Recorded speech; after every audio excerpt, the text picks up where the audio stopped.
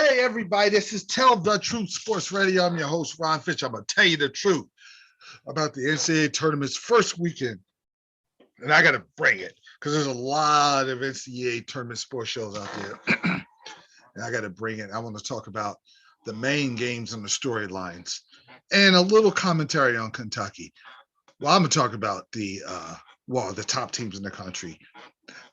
Arizona defeats TCU 85-80. It was not easy. TCU was up 10 early. They battled like crazy. I'm going to tell you something.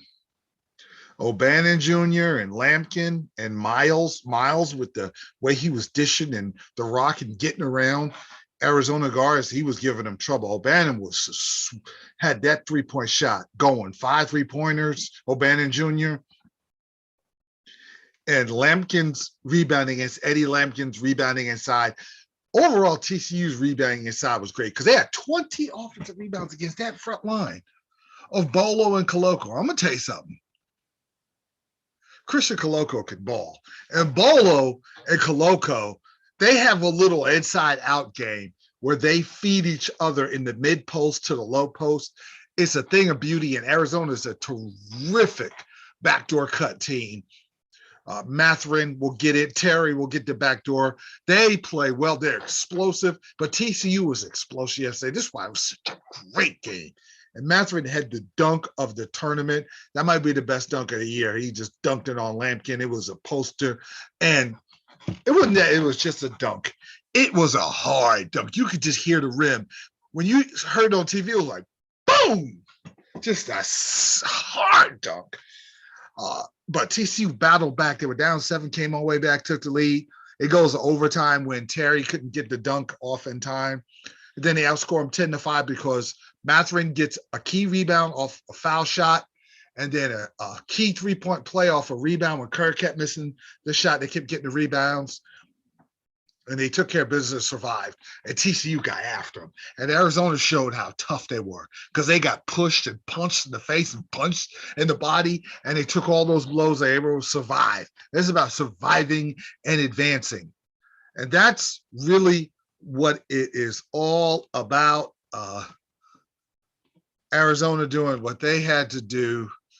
And then they're going to end up playing Houston. Houston punched Illinois in the face. And Houston, there's a problem Arizona's got to deal with when they play them Thursday. Houston is the best, I mean this, the best offensive team in the rebound team in the country. They punched Illinois in the face. And Andre Curbelo, I apologize. Curbelo was not healthy all year, and he's an engine. The big guys, Kufu is great, and the other players are good, but he's the point guard, and he's a guy that's the energizer, and they didn't have him fully healthy this year. And Illinois is kind of underachieved, and Houston beat them up. And they're going to play Arizona. But Arizona, the best thing about what Arizona dealt with TCU is they got punched in the face. And Houston's going to do the same thing. It's kind of a carbon copy of TCU. And they're going to have to deal with the same kind of guard play. Moore and Edwards is going to give you what they're going to give you. Moore had 7 rebounds. Edwards had 6 rebounds. They just guards, centers, forwards, they all pound the boards. But I do believe Arizona's going to survive, and they're going to have to survive. They're not going to come out there and beat up on Houston. They're going to have to – that's a game they're going to have to survive offensive rebounds and the pressure that the guards put on them. But Houston, I don't think they're the best shooting team. I look at their stats, 0 of 3, 1 of 2, 4 of 12, 1 of 5 from 3. I mean, they were 6 of 22 from 3. But shoot, look at all the offensive rebounds they got. I mean, jeez. I'm looking here. 15 offensive rebounds they got against Illinois. Arizona better come to play. But see, what I love about Arizona is Terry's athletic. Matherin, it reminds me of D. Wade. If he can get his shot going and get it that consistent with that drive and his ability to cut to the basket and it's just his overall strength and he's a mean player. He plays mean. That dunk was hard. Arizona's got a chance to really make hay. They will end up playing Villanova, and Villanova is just tight. The problem with Villanova and Michigan, I like Villanova and Michigan. I like how Michigan beat Tennessee, and they're playing for their coach. After all the criticism they got, they're fueled by people saying they didn't belong. I wasn't sure if they belonged, but I knew when they got in there. Juwan Howard in Michigan is historically a good tournament team, playing a really good tournament team and a great tournament coach in Jay Wright. Villanova is not spectacular. They're kind of with Gillespie and Samuels and those guys. They're kind of mechanical, but they're so darn solid. They're just solid they play solid, fundamentally sound defense, solid, fundamentally sound offense where everybody touches the ball. We don't put up a shot unless it's the most perfect high percentage shot you could take. The 3-point shot has to be off of the pass, off of a good either penetration or the ball gets swung. We don't take crazy shots. They don't. They're not athletic to just burn you off the dribble when the shot clock goes down. They don't have that guy. And I think that's going to – I believe they're going to get past Michigan and get to Arizona if chalk holds up. That could hurt them because Arizona is just so explosive. Because Kerr didn't – he's coming back from injury, his ankle. If Kerr could get that 3-point shot going and Terry and those guys can shoot it a little bit outside with the way they go high-low with Bolo and Koloko, which is just they have a terrific symmetry together on the inside. They pound you on the inside, but they're big, but they're not slow where they get burned off the dribble a lot because Koloko's big and athletic. So if you get Koloko on a switch, you drive to if you're a guard, you drive the best, you're gonna get your shot thrown. And that's the advantage that Arizona has. Now let's get to the other big team. That's Gonzaga. And man, Memphis gave it to Gonzaga. Memphis was up 10 at the half, but Timmy went to work. Drew Timmy scored big time. Most of his 25 points in the second half. His hook shots. He's not going to be in the pros, but he's a slick college low post player. Not super athletic. He's got the left hook. He's got the right hook. He's got the spin move. He takes his time. He sets you up. He's dribbling, hoping that you go for the pump fake. If you don't go for the pump fake, he'll lean back where you can't block the shot and kiss it perfectly off the glass like Duncan. Now, Tim Duncan is not 7 foot or 6'11", but he's just smart and he's good passer. And Nimhard made some big time shots at the end of that game. And then Rasheed Bolton gave him the important points. And Holmgren didn't have the best game, but I'm going to tell you something. He had 4 block shots. So and the thing I like about him is, okay, he was 0 for 3 from 3, and his jumper wasn't going, but he did all the other things, and he didn't. You see he's kind of thin, very thin. He doesn't get shoved around or discouraged or his heart took it. He's in there battling. Even as thin as he is, I respect that, especially for a freshman. And Gonzaga gets to move on. And they're going to end up playing Arkansas. Arkansas beats up on Notre Dame, taking care of business. I mean, Arkansas beats Notre Dame. Arkansas beats New Mexico State, doing what they're supposed to. And New Mexico State beat Tennessee. Iowa. Iowa was a disappointment. I like Arkansas versus Gonzaga. Notre Dame was pulled off a few upsets, ended up getting beat by Texas Tech, and that was a close game. But I'm going to tell you something. Senior leadership, I'm going to preach that. Silva with the shot block, he's a solid, nice, solid role player that I really, really, really like. I love Marcus Santos Silva because he is, like I say, he's not pro, but he gives you he's a solid role player. And Kevin O'Banner just being Kevin O'Banner, doing what he does every tournament and plays well. So Texas Tech is in there against Duke. And Duke beat Michigan State, and Coach Krzyzewski is 13-3. against Michigan State. But this was a tough, they were down. They were losing by 5, and they were in trouble. They were in serious trouble.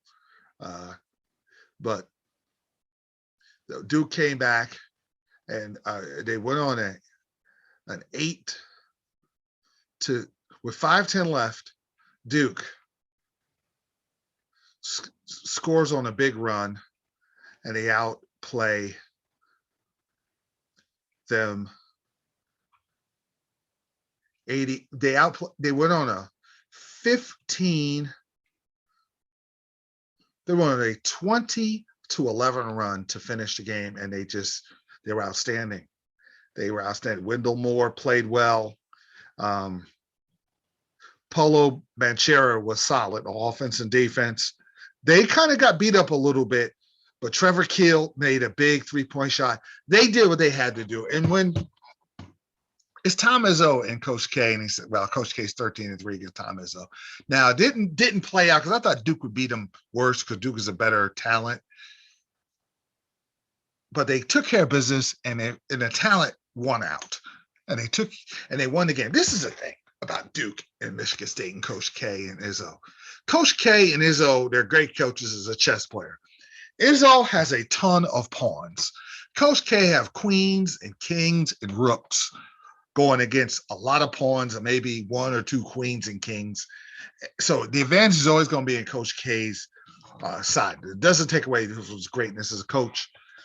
But I tell you what the problem is going to be for Gonzaga. When teams like that come from behind and win, that emboldens them, and they're playing for their coach. And I picked on my pool Texas Tech to beat Duke, but I believe Duke is, because they're kind of on a mission, Duke is going to get past Texas Tech. Because Texas Tech, they beat Notre Dame, but there were too many sloppy moments that discouraged me from picking them against Duke. Now, it's too late. I made Texas Tech out in my poll. But Duke is going to take care of business and end up playing Gonzaga. And I really I'm rooting for Gonzaga to win the whole thing. But this is going to be hard to beat. They're better than Duke. Duke beat them. And Nembhard had a bad game. And Nembhard, I believe, is going to play a lot better. And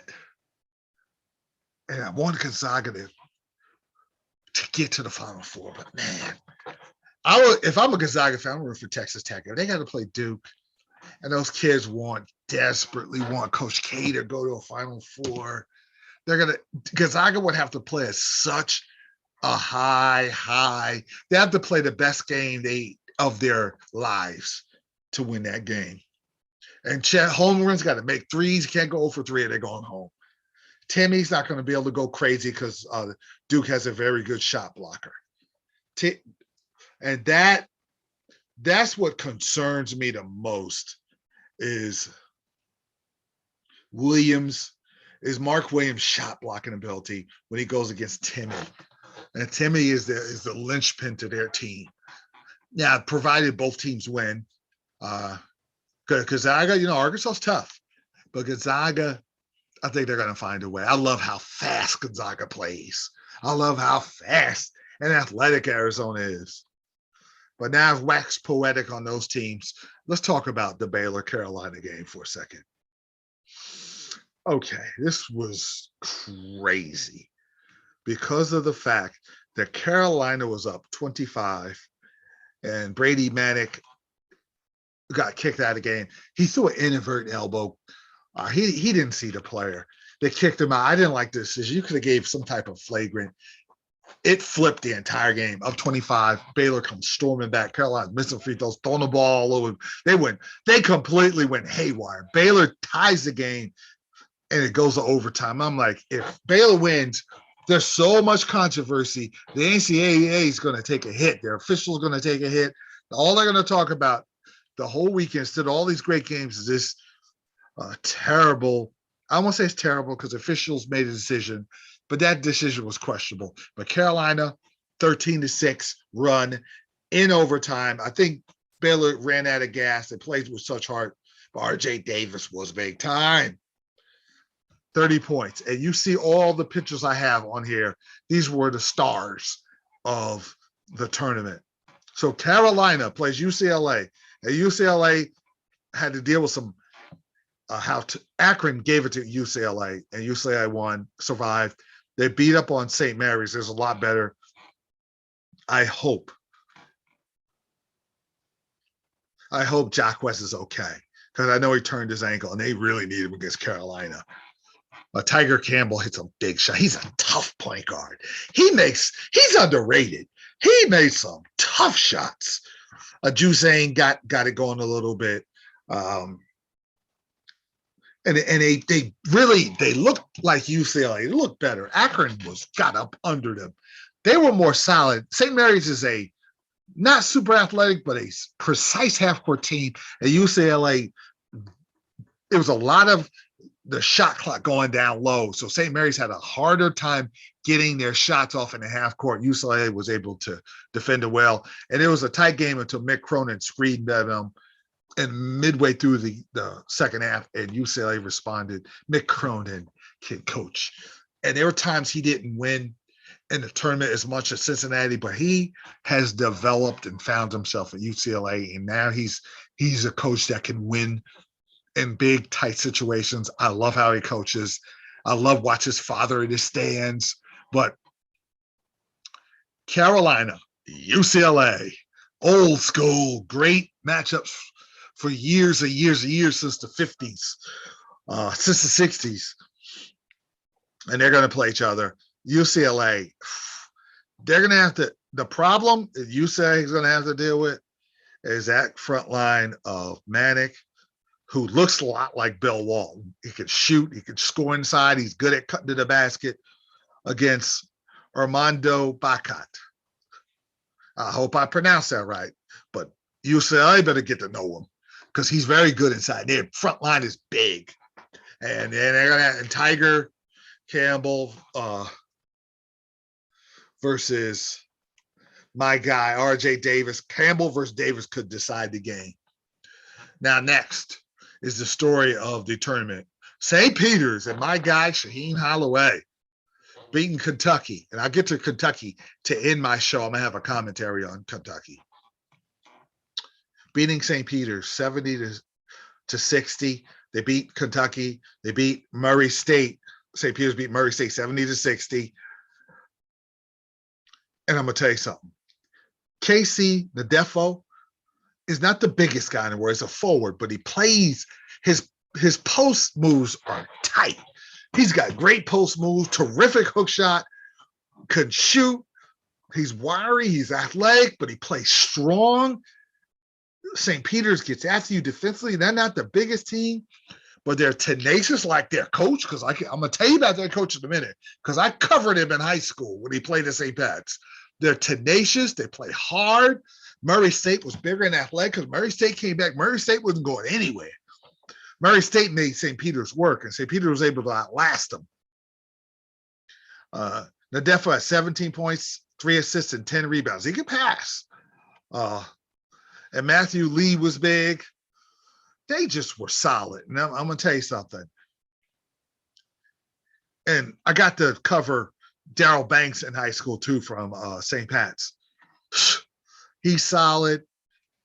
And the guy who makes all the big shots was Doug Adert. And I covered him when he was at Bergen Catholic. These are Jersey guys. I'm a Jersey guy.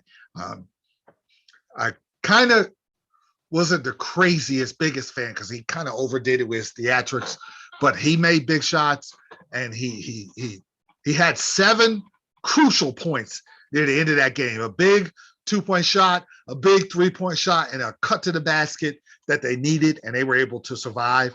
And they're going to play Purdue, who just big boy Texas. Boy, do I love me some Travion Williams. Woo! 22 points, 7 rebounds. Edie, 11 points. Those dudes are great. And, of course, my man, Jaden Ivey, might have had the move of the season with a sweet step-back crossover 3-point shot he made. Purdue's much bigger than St. Peter's. St. Peter's is tenacious. And there were times Texas got after Purdue, and Purdue looked uncomfortable and made some mistakes. St. Peter's is going to do the same. But is Purdue a little too big for St. Peter's, or does it matter because St. Peter's on such a roll? Oh, my goodness, Friday, 7 p.m. that game. I'm going to try to get to the St. Peter's campus to cover that. Now, finally, the Midwest. Kansas barely beat Creighton. If Creighton was healthy, they'd have beat Kansas. Now, I'm going to tell you something. Bill Self and Rick Barnes are coaches that their teams consistently underachieve. Look at Rick Barnes. Tennessee looked confused against Michigan. Tennessee was really good this year. Another underachieving loss. Typical Rick Barnes. And this was going the way of a typical Kansas loss, but Creighton ran out of gas because Nimhard's brother is hurt, so they didn't have a point guard. And I love Kansas's talent now. I love McCormick and Remy Martin. I love 20.7 rebounds. And they're going to have playing Providence, who's been playing with a chip on their shoulder. And then you get to Wisconsin and Iowa State. I picked Wisconsin win, but Wisconsin, they're a plodding type of Big Ten team that everything kind of has to go right. And if they're a little off, they're in trouble. And they were a little off, and Iowa State took advantage of that. Auburn ticked me off. Auburn didn't show up. I picked Auburn to go to the Final Four, screwed my bracket up. Miami, their guard play is ridiculous. Isaiah Wong is another Jersey guy, Piscataway, New Jersey. He's really good, 21 points. Moore had 15 points. That backcourt, they just undressed Auburn, they snatched their souls from them, took their heart. This is the one game where the other team got their heart snatched from them. I'm just surprised and disappointed in Auburn. Bruce Pearl's teams never play like this, so I'm gonna give Bruce Pearl a pass. This was just bad all the way around. Now Iowa State and Miami play. This worked out perfect for Kansas. They avoid Auburn, they avoid Wisconsin. They get past Providence, they're going to win. They're going to beat the winner of Iowa State and Miami. And they're going to get to the Final Four. So they were fortunate. And then I thought USC was going to make a run, and Miami ends up beating them. So Kansas is able to move on. And it's going to be great. I can't wait to look forward to my Sweet 16 preview show. I'm going to try to get someone from the SEC, same guy that's in the St. Peter's area, and maybe I'll see about the West Coast. I'm going to work on that too. Okay, that picture you're looking at right now is me with John Calipari, and I love him. I've interviewed him a few times. I wish the best for him. It's just, I tell you, when he loses, I get Texas. I get clown. I told you a guy can't coach a lick. I got this talent. He's one and done. They're always underachieving. And I tell you, he's got about 40 NBA All-Stars in the league right now. And they're like, look at, he got the talent. He can't coach. This is what I think is a problem. It's not about how great a coach he is, because he took UMass, who had one good NBA player, to a Final Four, and they won a couple years before that. And he's won with Kentucky. He's been to a Final Four and all that. This is the problem. I think it's fundamentally the philosophy and how they set their team up. I'm not crazy about, because I see about 10 or 11 one and doneers. And and I'm looking at this, and I'll give you receipts on this point I make. It's hard to win with all that young freshman talent. Look at Auburn. Smith had a tough game. Holmgren had a lot of blocks, but he didn't play as well. It's a lot of pressure on these freshmen who are going against these mid-majors with seniors who have chips on their shoulders, who are grown men with adult bodies. And you're trying to squeeze 4 years of college in these one and doneers, knowing that they're going to be gone. I think what you need to do is get about 6 or 7 All-Americans, get guys that you're going to stay that are good, but they're gonna stay at least 3 years or 4 years. Get those solid role players. Look at UCLA. None of those players were good enough to get to the pros, but they're really good. And now that they're seniors and the Jusangs and the Jaquez's, they'll be able to have an opportunity to get to the pros because they were able to get their game seasoned. So a team, I'll give you the receipt. UCLA Akron. Akron went after UCLA like St. Peter's got after Kentucky. Kentucky folded. Akron was ready to win that game. UCLA said, okay, we'll take your punch. We'll throw our punch back. We're bigger and stronger. And our punch, you're a great light heavyweight. We're a heavyweight. Our punch is bigger than your punch. And we'll be able to eat it, get put on the canvas, get back up, and put you on the canvas and win the game. That's kind of how the game went. You look at North Carolina and their players and how they've developed.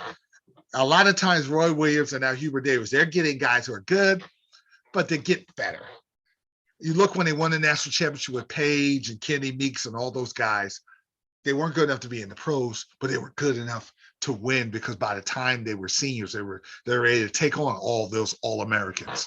I think Calipari's got to kind of do a paradigm change and you're going to get your Kentucky, you're going to get your All-Americans, but kind of have a cutoff point, what stars you're going to have, maybe 5 or 6 or 7, and then get your rotation, get your